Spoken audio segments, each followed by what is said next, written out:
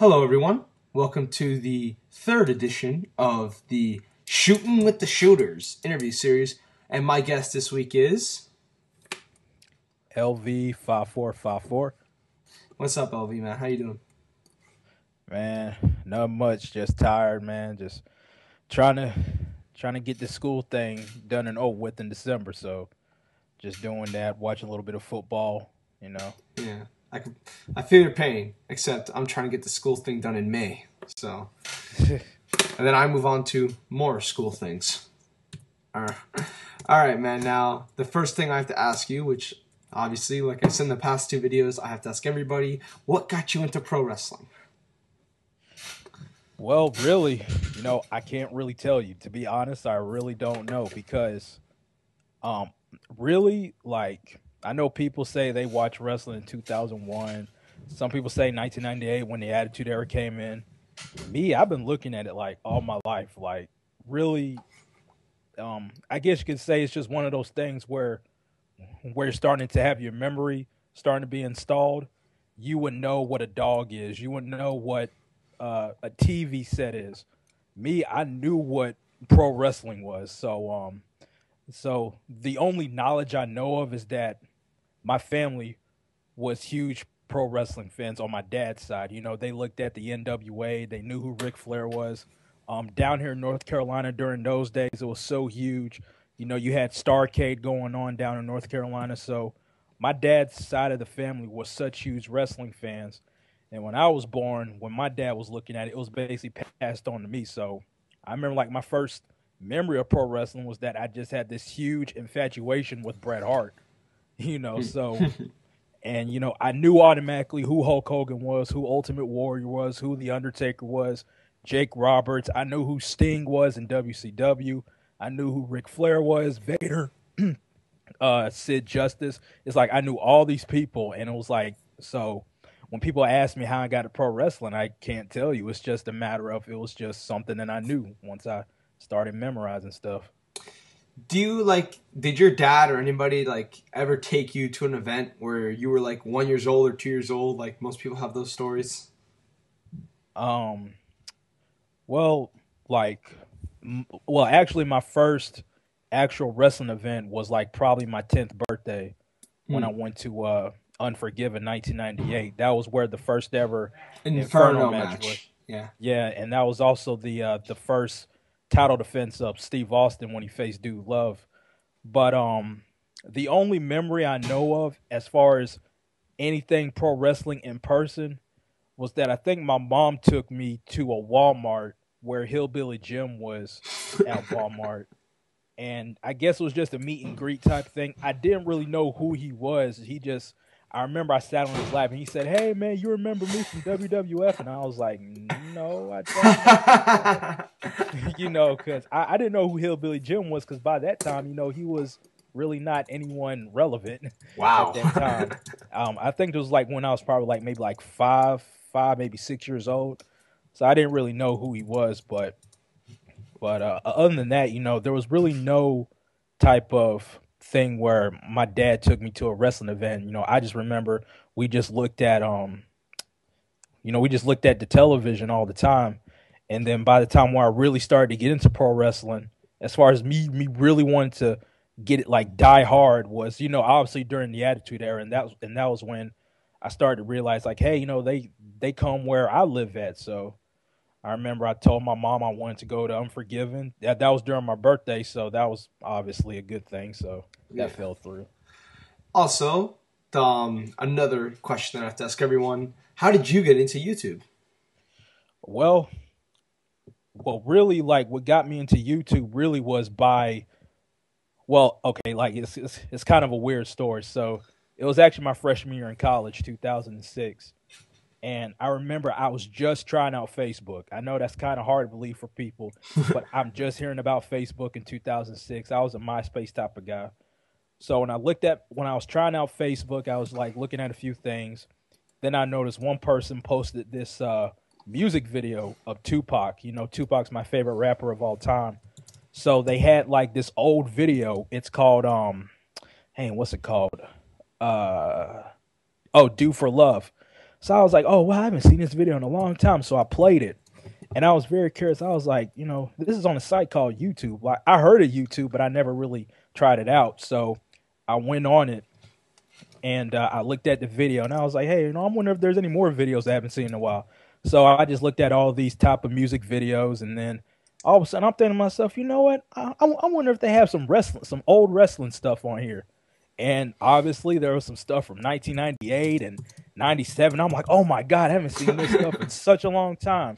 So I'm looking all through all the wrestling clips. I seen stuff from WCW and WWF, and I'm like, wow, I haven't seen this stuff in a long time.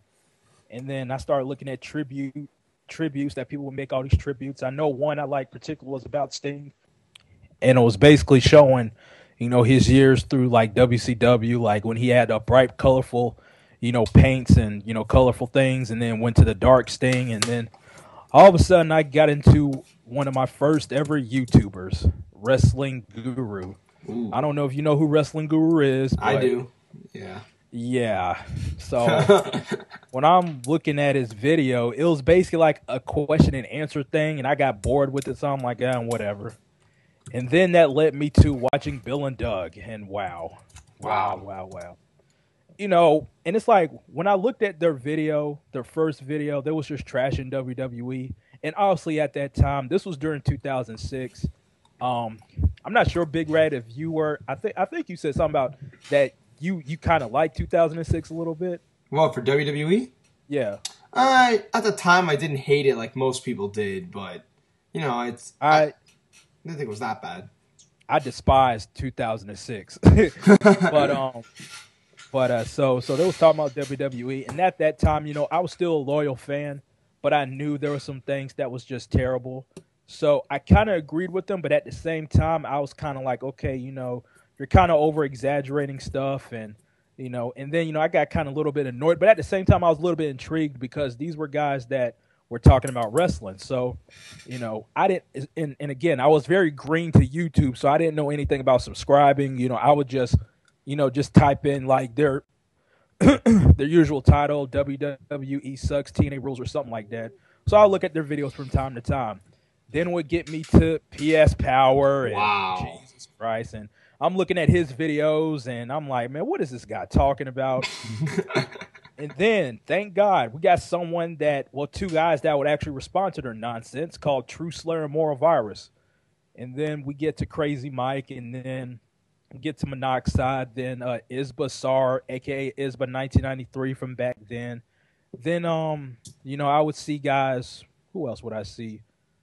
I would see Kent Jones, ooh, MXL Disturb. So those were the people that I usually would watch. And then eventually I would figure out how to make my own YouTube account. It wasn't LV yet. It was just some random YouTube name. So I would subscribe to those channels. And then I remember in May 2007, I got home from work and I looked at Bill's video. Well, it was actually Doug. I think it was talking something about Judgment Day. And so I was saying to myself, well, you know what? Well, maybe I should just give this a shot. I saw Judgment Day, so let me just review Judgment Day. I didn't like how it came out, but I was saying to myself, you know what? Well, maybe this is something I may need to try and do. Some of the things I don't really agree with. So I was like, hey, why not? Why not try it? So since then, I turned on the camera, and one of my first ever responses were to PS Power, because we all know how I feel about PS Power. I think the guy's a complete, like a complete moron. At the time, he was just saying a whole bunch of nonsense that just didn't make no sense. And so it was, and I know you never saw my videos from 2007, but I would say I was one of the most expressive, loud people you would ever see. I can believe that. But that's what got no me over.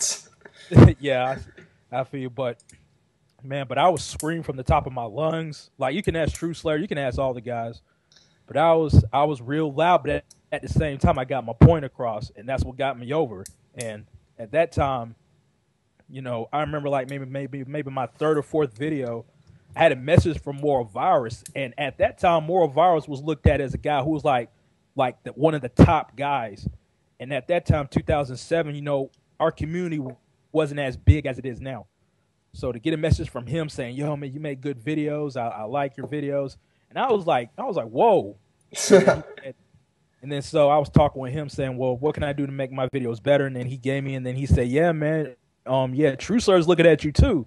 I'm like, "True Slayer, the True Slayer." So I mean, I was crazy, and then I had people subscribing to me, and then then eventually True Slayer plugged me in one day. I had like 100 subs all in one day. That was crazy.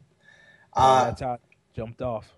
That's it's a very interesting contrast because I asked Brandon about certain YouTubers that he didn't like, and he mentioned himself, and you have already graciously expressed all the horrible people that have come through our community over the years.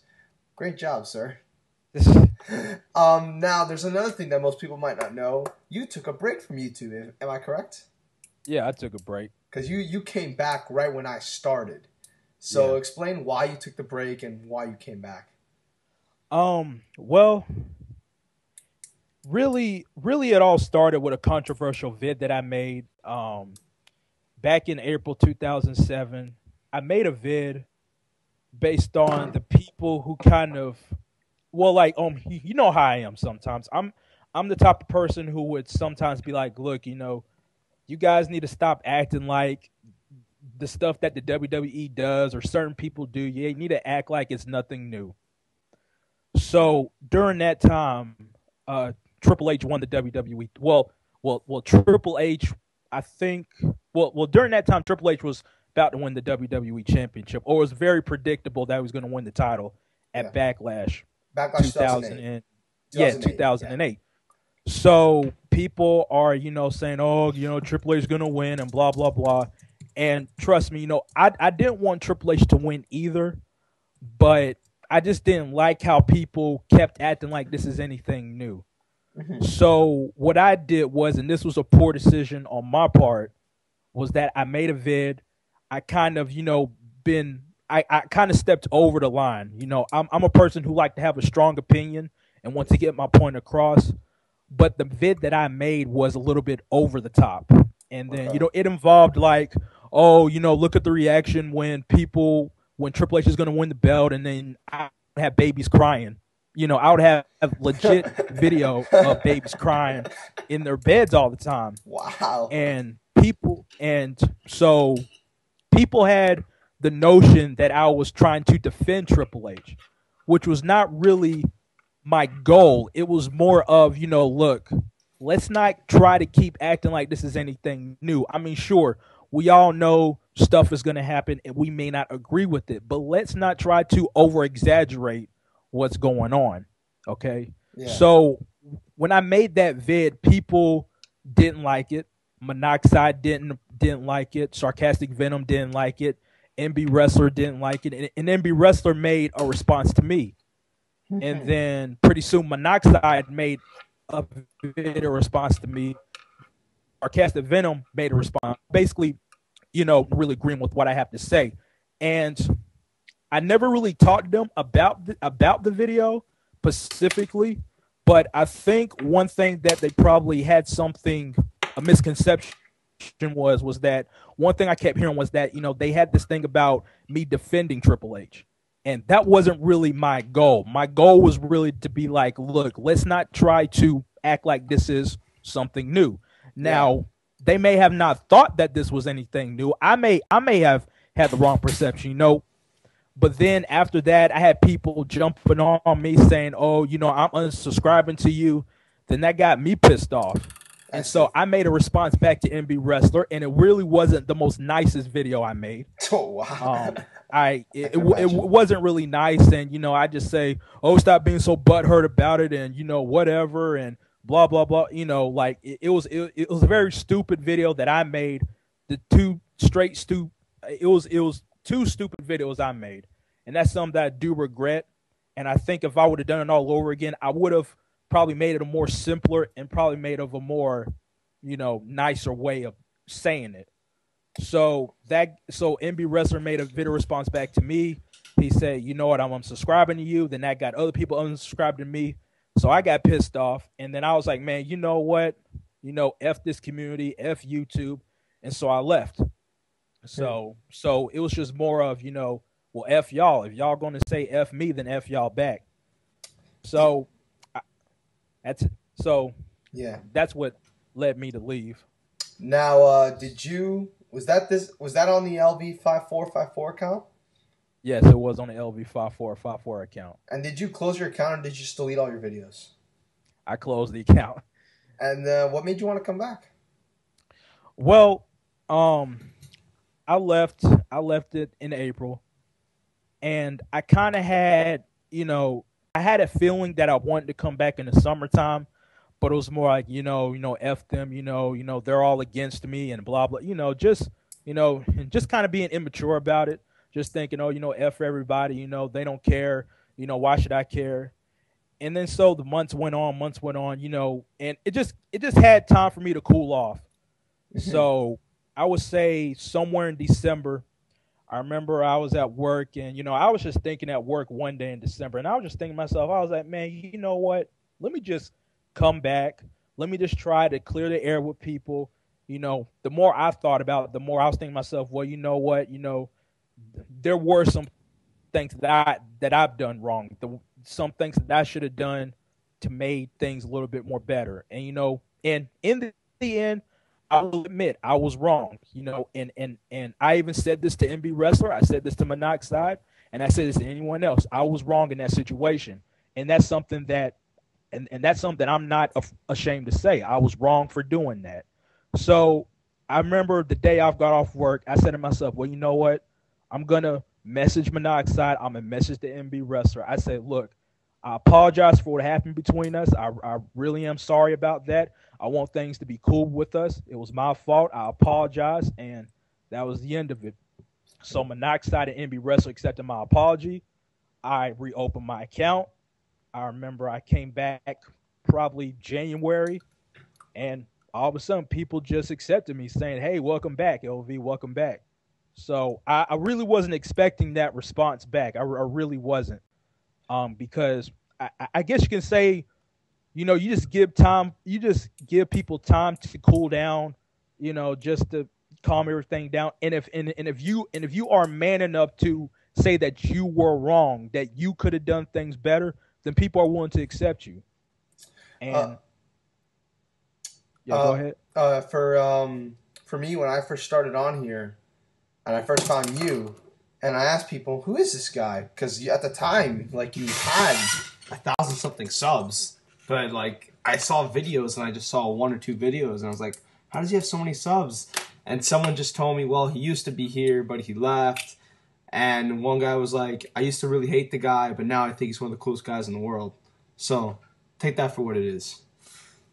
We all look, I've said this before, we all regret shit that we've done in the past when we start on here, so nothing to be ashamed of. And it takes a lot of I don't know what the word is, maybe gumption to do what you did, or maturity, and commend you for that. Yeah, like, and it's like you said, it's all about maturing. It's like I said, like back then, like I said, if you would have saw my videos in 2007, you would think, wow, this guy is insane. I would make videos, but I would just be cursing and yelling and just being all over the place. Like, you know how some people say, oh, we need more charismatic, entertaining type of people here? Yeah. I was that type of guy. Like people loved my videos. I mean, well, at least from what people tell me. Yeah. So I was just all over the place before I closed it. But when I came back, it was more of a mature LV. I gotcha. Yeah. Still, I still had my opinions. I still had people disagreeing or agreeing with what I had to say, but it was more of a mature way of doing it. So, also, I don't think a lot of people know this. Maybe it doesn't really apply now, but you are still you are a fan. Is this a fair statement? You are still a fan of John Cena, the person, right? Yes, I am. Now, explain like how I heard stories of how when you started on here, you were defending him when he was getting criticized, and you still do defend him to this day. Explain it why you got really into the John Cena character and why you've always kind of stuck with him. Well, like, I've always said this, and people can take it how it is, but don't really take it literally. I sat here and said many times that John Cena was the last character, and I'm talking about the rapper John Cena. John Cena was the last character to ever have the WWE get in with the times, you know. Yeah. And to me, John Cena, when he was the rapper, he resembled Stone Cold Steve Austin in a lot of ways. Not saying that he is Steve Austin, not saying that, but the way that he stood out, the way that he was rebellious with this character, and the way that he was in the now at that time, he resembled Steve Austin to me. And what also got me into John Cena during that time was obviously he was the rapper, the clothes that he wore. Back in the day, it was nothing but throwbacks back in the day. It was nothing but the backwards hats, the freestyling, the rapping. And what made him stood out was obviously he was white. You know, I remember me and my friends in high school, we was looking at this guy like, wow, you know, dang, this guy's spitting out some ill rhymes and he is fresh to death with his stuff. So that really got me into him. And what made it even more interesting was that he was on SmackDown. He wasn't on Raw. And he's saying all these type of things like the Ruck Fools type of thing. And, you know, he would rhyme with, you know, what I'm trying to think of a rhyme he did. Like, say like he rapping on Rey Mysterio. He's saying, Rey Mysterio, you're like a mini dominatrix and you're too small, so you're staring at my. Then he would raise his microphone up and people would say dick in the crowd. And this is on SmackDown. So it's like, you know, wow, you know, you would hear this type of stuff on Raw, but you hear it on SmackDown. Yeah. So John Cena was just so over at the time. And now, like, during when PS Power went on his little tirades about Cena and when other people were, it was more of, okay, look, obviously John Cena's character is turning into something else. Am I a fan of his character now? Of course not. It's not. I'm not. But at the end of the day, you have to realize that it's a business. You're evolving to certain things.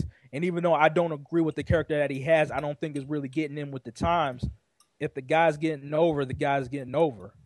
And when I hear people say, oh, he's overrated, he doesn't deserve the spot he has, I'm like, how can you say that? And the guy's the most over guy in the world.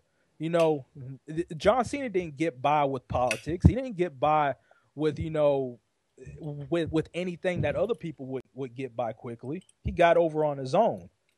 So that's why I would defend him. The only time I'll defend him is if when people say ignorant stuff like that. Now, if it's one thing saying, oh, I don't like John Cena's character, you know, ain't nothing really for me to argue with because I don't like his character either. Yeah. Like another thing too about Cena is that on what he went to school for. He went to school for, I believe, exercise physiology. Yeah. I don't go to school for necessarily that type of degree, but I go for fitness and wellness. Yeah. And that's very close to that. And, you know, I think that's something that me and him can relate to. Not only that, though, but he's an extremely hard worker in the weight room. I'm the same way. He played football. I played football, too. Yeah. And I think the thing I respect him the most is that the guy's very professional. You know, the guy hardly gets in trouble. You can talk about the Kurt Angles, the Triple H's, the Randy Ortons, all those other guys saying, oh, they're so much better than him. But at the end of the day, can you really say that they're any more professional than Cena? John Cena represents what people should be in this world, and that's being a professional, not getting into trouble, not being no nonsense. So, yeah. I mean, so if you ask me, you know, John Cena's a guy that people should respect. I got you. Also, besides being a big John Cena defender in the past, you've also had, especially recently, this very intense hatred for the promotion that is known as TNA over the past few years. I know we don't like talking about their existence, and you hate the fact that they still exist, but just comment on them briefly and when you really started hating them.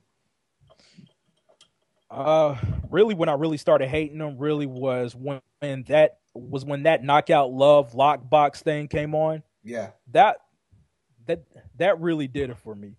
You know, obviously, when I looked at TNA back then, like from 2007 to I looked at TNA beforehand, but during the time when Bill and Doug would defend TNA constantly, I would notice a change in TNA. I would say since 2006. But I would just say to myself, well, they're on television, they have this primetime deal, so there's certain things I would just let it slide by. But it's just like year by year by year, it just kept getting a little bit more ridiculous. But then when was it? It was basically when AJ Styles won the belt. And and I know people have their differences about, well, who cares if AJ won the belt? But to me, I was thinking like, wow, AJ won the belt finally, and Sting is not champion anymore. Yeah. So when that happened, and then I heard about, they're doing the Unbreakable rematch, I'm like, yo, I have to order this show. And obviously I made that vid about saying, well, how come you people didn't order when was it? Turning Point. I responded to that Turning video. Point 2009. I'm like, how come you people didn't order it? TNA's finally getting us something that we wanted. You made a response to me, and other people did. Yeah. But I was really enjoying the product. You had Nigel coming in, and Kurt Angle was putting them over. The Machine Guns were getting tag team title shots, and just a lot of great things. And then Hogan came in, and I was saying to myself, okay, you know what? I'm not going to comment on it. I'm just going to see what they're going to do with it.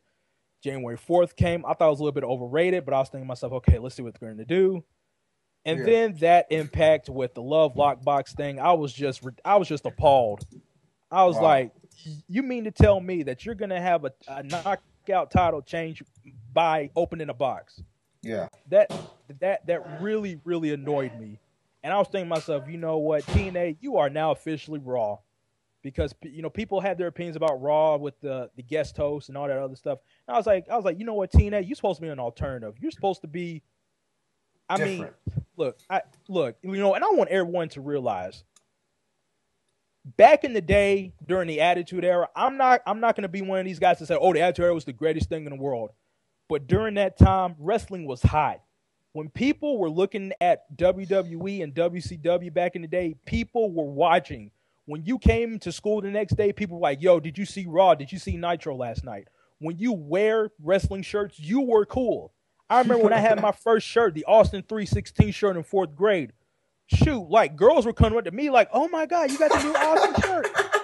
So it's like, yo, you were the cool thing in class. Okay? And then when WCW got bought and ECW went out of business, WWE was the only thing around, and then WrestleMania 17 came around. Then Austin turned heel, and I was like, oh my God, why they turn him heel? Then that to me was the end of the Attitude Era, and that was the end of what was cool. You had the stupid invasion storyline that just was abysmal in my opinion, and then really it just went off a cliff from there. So during that time, wrestling's not cool. And so nowadays, when you tell people you look at wrestling, you're looked at as a joke. Yeah. I mean, just look at it this way. I said earlier in the interview, my family looked at wrestling. Do you not realize none of my family look at wrestling anymore? Wow. I'm the only person in my whole family tree maybe that still watches wrestling. I'm 23 years old. Yeah. I've been through the good, bad, and ugly, and I'm still looking at it. And so I remember before my dad passed away, I remember me and him was looking at Raw, and he was just looking at it. He was like, son, why you still look at this? And I was like, dang, Dad. I was like, dang, Dad. I mean, you were really the person that got me into it. So I remember I was trying to explain to him, well, there's 2 world champions, right? He just looked at me like, you said what? How is that possible? And so he was just appalled at what he was looking at. So it's really not cool to be a wrestling fan these days. I got you. So with TNA has the ability, the roster, everything they have to make something cool again. And the stupidity, I can't put it in words. Just the moronic things that they do, it makes you want to pull your freaking hair out. And with Ring of Honor, they don't have the assets that TNA does. So it's like, TNA, you have all the accessories to make something good, and you don't do it. And it makes you frustrated as a wrestling fan because you want wrestling to get better. So TNA is the only thing that's going to make WWE better, because the only way WWE is going to get better is if they get competition. You know, that's how the Attitude Era was even born, because WCW was kicking the crap out of WWE all the time. I mean, granted, ECW came into play, and then they stole ECW's idea and then made the Attitude Era. But it's like, you got to have competition. And TNA doesn't do that. And it's just like, they just keep messing up and messing up and messing up, doing all these stupid angles. And it's just, it got to the point after lockdown, I just said to myself, you know what? I can't look at it no more. I'm tired of having my intelligence insulted. I'm tired of dealing with this garbage. I'm just tired of it. And I just stopped watching. Wow. And I mean, I know people are going to get mad at me for what I'm about to say, but I want this company to die so bad. I want them to die. I know it's a controversial statement. I know people are going to say, oh, what about the wrestlers? Look, I don't care anymore. This company sucks. This company sucks to the 10th degree. I am so sick and tired of TNA. I'm so sick and tired of people reviewing shows saying, oh my God, it's so bad. And TNA, why don't you get better? They're not going to get better. Why? Because people are still watching it. Mm-hmm. People are still watching it. People are still paying for the pay-per-views. I mean, granted, I pay for Destination X, but people paying for stuff like what? Like Sting and Hogan, or I mean, I don't get it. I mean, it just got to a point in me, you know, I just want them to die. I just want them to, because it's embarrassing. Yeah, it's so embarrassing. It's like it just is. Now let's go a little more positive, happy thoughts. You, like me, got started watching Ring of Honor when they got the HD Net deal. Why don't you talk about, because you were on YouTube in 2007, what did you have any hesitancy to watch Ring of Honor back then, and what made you finally start watching, and describe how you're a fan today?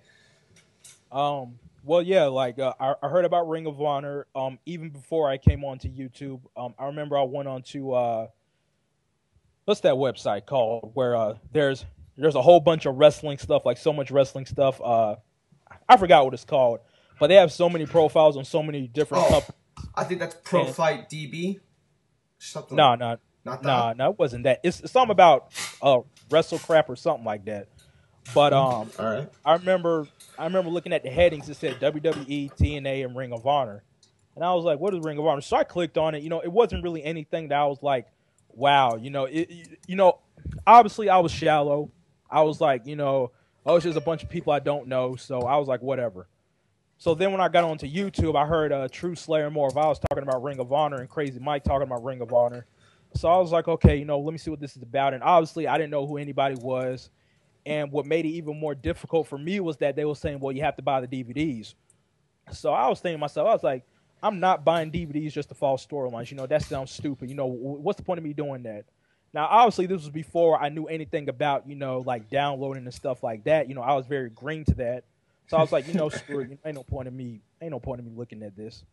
You know, so obviously I would hear the pay-per-view reviews, you know, hear ECW Hardcore 07 and True Slayer and Crazy Mike reviewing the Ring of Honor pay-per-views. But it was just like, you know, I don't care if I can't watch it. What's the point of me even trying to give it a chance? Yeah. So then we fast forward to 2009. I want to say it really started with when Mitsuharu Misawa died. Oh. Unfortunately. And I remember when he died, I seen so many videos on him. People was just shocked and awe. And I was like, who is this guy? So I'm just really curious on who is Misawa. So I remember I talked to this one guy. I don't know if I should mention his name or not. Chase. His name is never mentioned on this podcast ever again. But anyways, I remember I talked to him on Skype. Well, actually, I messaged him on YouTube, and I was like, you know, how can I know who this guy is? And he said, you know, Skype me. And so, you know, me and him talked. And, you know, he showed me some places where I can download some stuff. And then this was also around during the time when Ring of Honor was about to preview their new show. So I was looking at some of the Japanese matches that Misawa had, and I was like, yo, this is really stiff stuff. So at that time, I was saying to myself, wow, this is some really stiff stuff. And then I was talking to some other people. They were saying, yeah, Ring of Honor is somewhat similar to that style. So I was like, oh man. So obviously this was during the time when they had their television show. So when I looked at their show, the two people I noticed the most was Kenny King and Kevin Steen. Kevin Steen was a big guy, and the stuff that he was able to do in the ring. Like I remember he did a swanton. I never seen a big guy did a swanton like that. I was like, wow. And obviously I knew who Kenny King was because he looked familiar because he was on Tough Enough a few years ago. So I know who he was. So I was very interested, So I was very interested, and I was like, wow, like this wrestling style is very different from WWE and TNA. So I started watching the shows, and then me and Chase got to talking, and I don't know if I should mention this story, but I might as well because it is kind of funny. But you remember that video with Giver called it Conversation? Yes, I do. So I was looking at it, I was just laughing, and obviously the person mimicking Spinnernet was Chase, obviously. Yeah. And then so I kind of made a joke saying, wow, that sounds like Chase. Then Chase responded back saying, well, do you know who's mimicking A-Stone? And I had to listen to it a few more times, and I'm not going to mention who was mimicking A-Stone, but I messaged him, and he said, okay, well, you win a prize.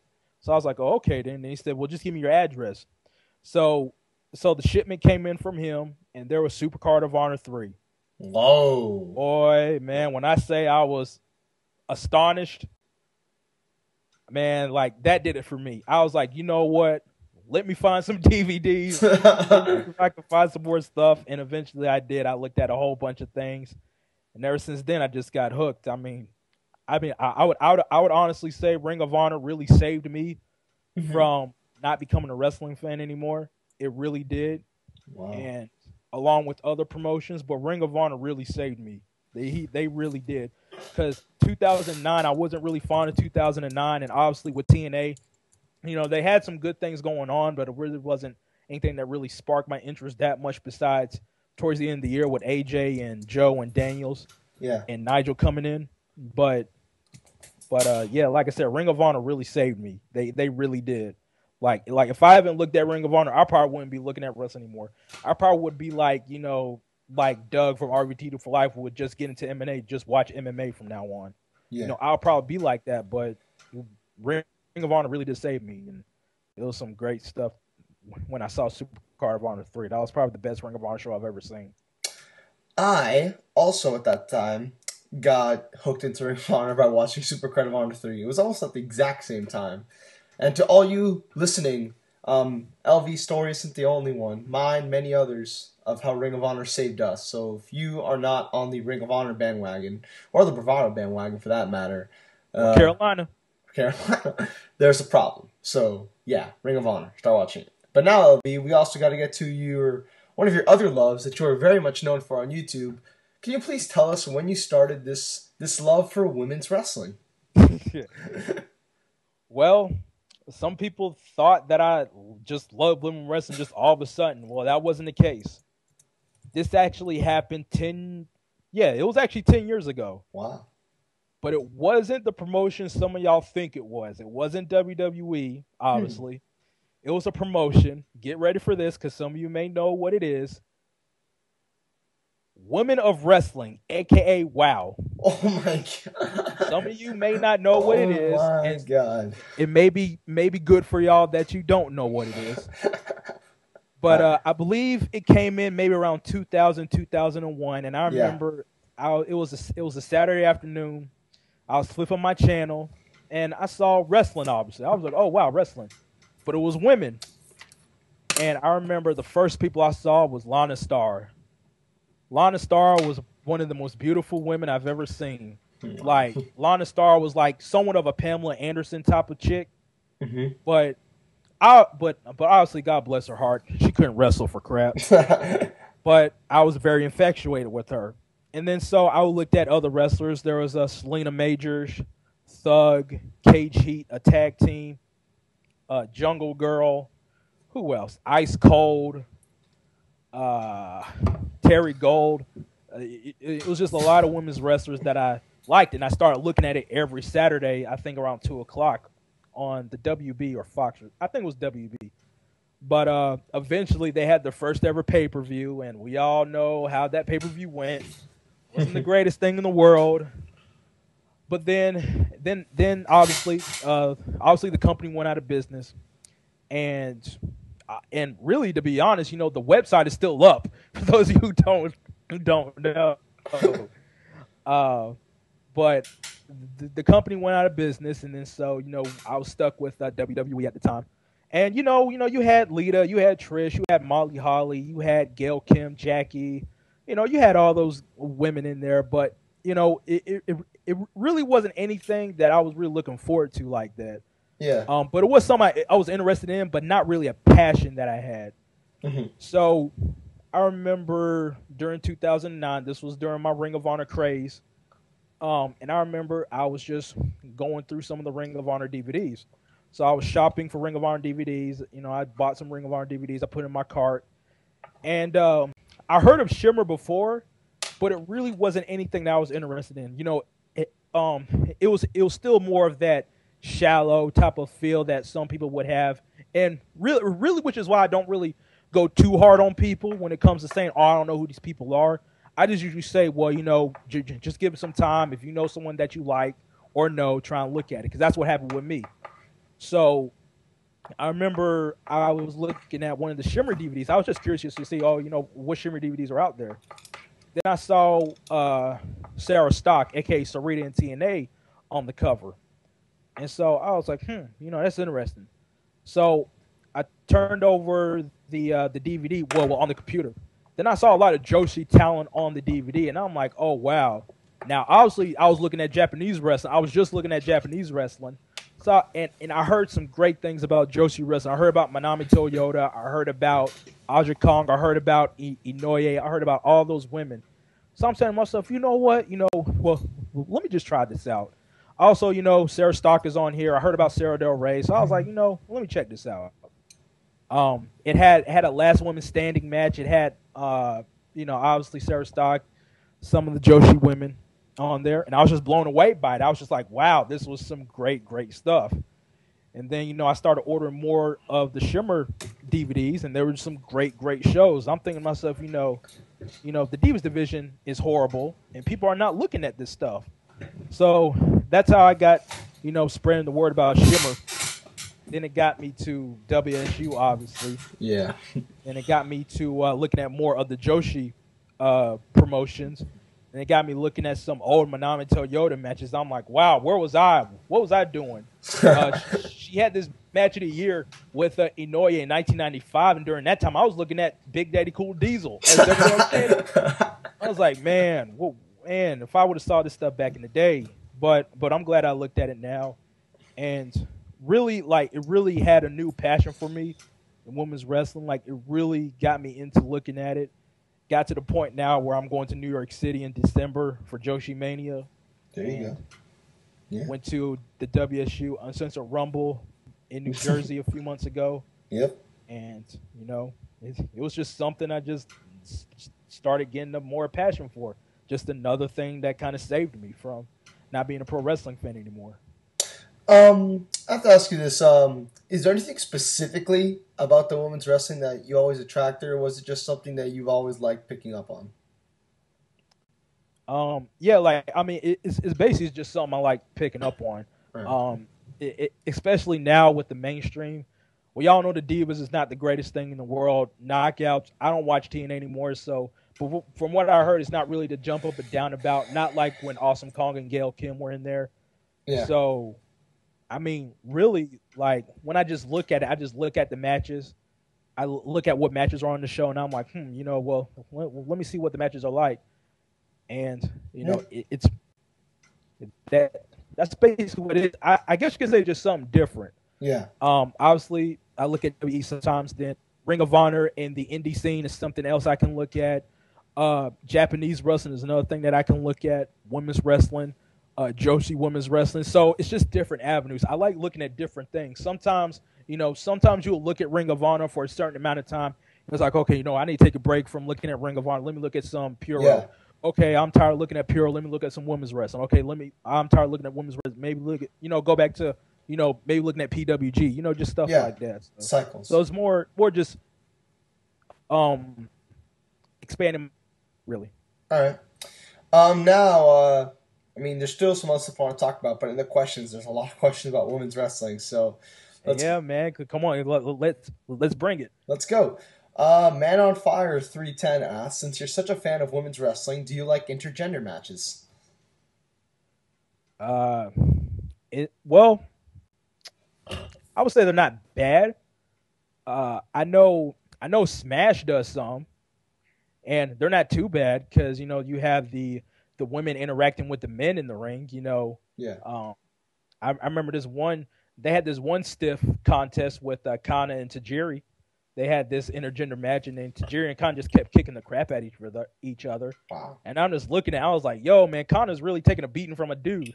I mean, intergender matches are not really the most, I wouldn't say they're the most eye-catching thing in the world, but, as long as you show me something, I guess they're fine, so. Yeah. Next question is from Festus2999. In your opinion, who is the sexiest diva in the world?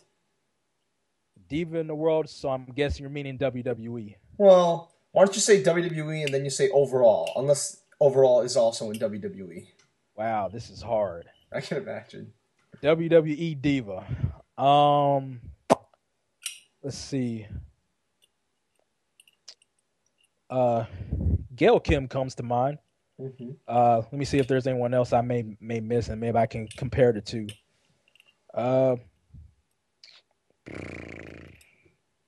Yeah, I would say Gail Kim. Gail Kim is fine. Whoever she's dating, he's a very chef. lucky guy. And for overall, unless that is also Gail Kim. Overall, man, this is hard. Yeah. I really love Mickie James. I really love Ayumi Kurihara. I love Kana to death. My God, she is so fine. Aang, this is hard. Aang, I love Athena. I love Serena Deeb. Jesus, this is hard. If I would get, man, Mia Yim, you know how I feel about Mia Yim. Ooh, yes. That might be the answer right there. Yeah. I would say Mia Yim. There we go. I'm still mad with Prince Nana. Prince Nana, I don't like you. I like you. You screwed me over at Wrestlemania Weekend. And Mia Yim actually commented on one of your videos, right? Yeah. I was very surprised with that. She said, "Oh, this gave me goosebumps." So, I kept it cool. I was like, "Yeah, I appreciate it." So, I kept it cool.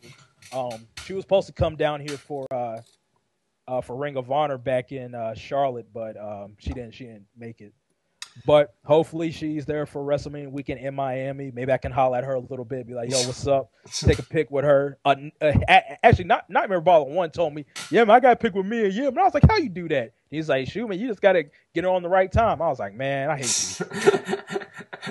And finally, this person unfortunately wants to be named anonymous for whatever reason.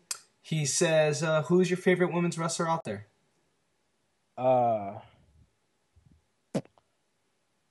Favorite women's wrestler? Well, I mean, really of all time, I would say Manami Toyota.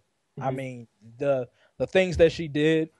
I mean, I've only looked at her stuff for 2 years, but in those 2 years, I was like, yeah, I'm definitely a fan of yours. Yeah. And if I can meet her in New York City, I would really love that. Honor Hammer, Eric, I wish I can have as much luck as you do.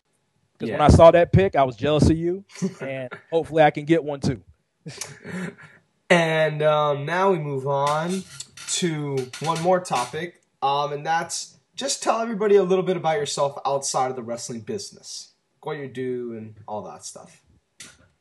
Well, I was born in Durham, North Carolina, raised in Raleigh, North Carolina. I went to I am in North Carolina Central University. I'm in my last semester. I'm in school for fitness and wellness. My dad's name is named Victor. So for those of you who don't know why I'm called LV is because my dad's name was Victor. My name is Victor as well.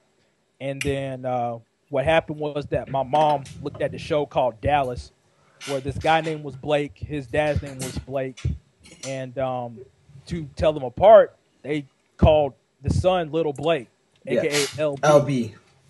So for me, LV. So if y'all call me LV or Vic, it doesn't matter because that's what people call me. What's the 5454 stand for? Nothing. Just random numbers. I wish I could say it. All right, now for we still have some more questions left. Festus29999 asks as well, who is your favorite wrestler of all time? Bret the Hitman Hart. Wow. Bret, also from a very good friend of yours and mine, Billy Paz 1. What are your top 3 favorite promotions of all time? Top 3 promotions of all time. Wow. I mean, really, when we talk about favorite, obviously that's going to go back to my childhood. So, WWF obviously is going to be number 1. That's the promotion I looked at the most. WCW obviously at number 2. ECW at number 3. So that's how it was. Also from Billy Paz 1. If it wasn't for, well, you answered this yourself earlier. If it wasn't for indie wrestling, would you still be a fan today? The answer is no. No. And also, his last question: have you taken any large breaks from wrestling before? The only large. Well, I don't know if you could call it a large break, but the only time I really took a break from wrestling was actually last year. Wow. When the Nexus stuff was going on, like when that time came along, I wasn't really considered more of a loyal WWE fan. So in previous years, I was more considered of a loyal WWE fan, and we hear people often say, I know WWE's bad, but I still look at it. I was sort of that same way. I'm not going to sit here and lie, but when I started looking at Ring of Honor and Japanese wrestling, all that other stuff, I kind of had that thing of, well, you know what, I found my alternative. So if I don't want to look at WWE or TNA, I can easily not look at it anymore or take a break from it. So when the Nexus thing came in, I wasn't really a big fan of how it started, even though I thought it was epic. I just didn't I wasn't a fan of it, really. Mm-hmm. And then you had Bryan Danielson getting fired, and so I was just thinking to myself, okay, you know what? How are they going to follow up this? And to me, Nexus is one of the most failed storylines, angles I've ever witnessed. Wow. And it was just so unbelievable to me. I'm just thinking to myself, how can guys like Heath Slater, Justin Gabriel, and Darren Young, people who kept getting buried on NXT, some of them couldn't even win matches for Christ's sake, be threats to guys like Edge, John Cena, and Randy Orton? It just seems so unbelievable to me. And then not only that, though, but if you go on SmackDown, you had The Undertaker and Kane feuding. Mm-hmm. Keep in mind, I've been looking at this sport for all my life. Do you not realize when Kane and Taker first feuded with each other, I was, 10 years old? 9 years old? Wow. I'm 22 at this point. 22 years old. So it's like, you know what? I don't want to look at this stuff. So then, it just got to a point to me where I remember it was the go-home show to SummerSlam. I did not look at Raw at all. Wow. I was like, you know what? I'm not looking at this crap. Looking at it from SummerSlam all the way till TLC 2011 or 2010. Wow. So, also, the last question that we have from Defying Gravity 503. Do you think pro wrestlers can inspire all aspects of a person's life instead of just inspiring them to watch wrestling? Yeah, of course. I mean, I'll go back to John Cena. If it's one thing I take from his character now, is that he said something on Raw a few weeks ago. I think it was the Go Ho Show him to SummerSlam. I can't remember what exactly he said, but he said something along the lines of, I wear my colors proud, and I will not give up on them, or it was something like that. But what I took from that was, no matter how rough things get, you can't give up on the people that you're loyal to. And how I can trans that to is family, friends, people who got you to where you are. Mm-hmm. So that can be one thing that people can take from it. Obviously, you can look at MVP.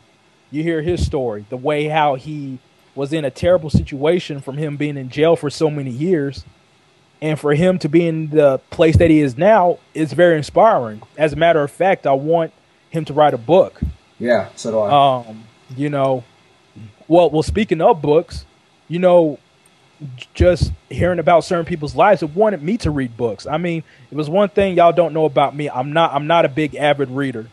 Mm-hmm. And I never was a big avid reader. And I remember I grabbed some books. I grabbed Chris Jericho's book in The Death of WCW. I got done with those books in a matter of a week. Wow. And I never done that before. So, and when I'm currently reading Shawn Michaels' book, and it's like reading their stories, it makes you want to become a better person. Wow. It really wants you to make you become a better person. I just got done looking at the Randy Orton DVD. I thought it was a great DVD. It makes you inspired of, if you ever have a spouse with you and she's there for you through thick and thin, you got to honor her, and you really have to appreciate what you have, because you don't know what you have till it's gone. Yeah. When you're willing to have people to be with you that much to go through all your problems, it really says something about their character. So, yeah, I definitely would say wrestlers can inspire people. I mean, they inspired me. Strong words there. Before we go, is there anything you would like to plug? I have a review channel for those of you who do not know. LV Reviews. For those of you who don't know, I made this channel mainly not to fill up people's subscription box. And obviously, at the time, I didn't really had no time. I did had a time limit. So I basically made that just to kind of, if you really want to be interested in what I think about certain shows, you can go ahead and check that out. You can follow me on Twitter, yeah. LV5454. For those of you who are thinking about coming to Wrestlemania Weekend, please come. Yes. I remember I went to Wrestlemania Weekend for my first time. It was my first time meeting everybody. Everyone was such great people. I loved each and every one of them. It was so great meeting everybody. I know we have quote-unquote drama on here. I know I've seen some of the videos. People don't like this person. People don't like the other person. But I guarantee you, if you just come and just interact with wrestling fans, it's such an amazing experience. Yeah. It's such an amazing experience. And if I'm lucky to go to Miami, I'll be gladly enthused to go. I know I met you, Big Rat. You're a great guy to meet. Thanks, man. You too. I just loved hanging around wrestling fans, because, this is what we got, basically, to interact with wrestling fans. I never thought in a million years, especially with how wrestling has not been cool for so many years, that I would just have, this interaction with people. I never thought that, and I'm very grateful for that. So if any of y'all can attend Wrestlemania Weekend, please do. Attend as many shows as you can, just to get the vibe of what each promotion is like. Yeah. It's just a great atmosphere. And I remember I met Monoxide and MB Wrestler. Like I said, back in the day, we had beef back then. We met each other. We shook hands. We was cordial. I really enjoyed them. I actually met Monoxide at the WSU show. Met him again at the Best in the World show. So me and him are cool. I'm good friends with him. Good friends with MB. Glad MB's doing good with his wrestling career and everything. So just want to let that out. Come to WrestleMania Weekend if y'all can. And as far as plugs goes, that's really it. Attend as many of those shows as you can. Thank you very much, LV, for all you've done. This has been very, very great, I thought. Just want to say thank you very much. I appreciate it. Take care, everybody. All right, man. And with that, we're gone.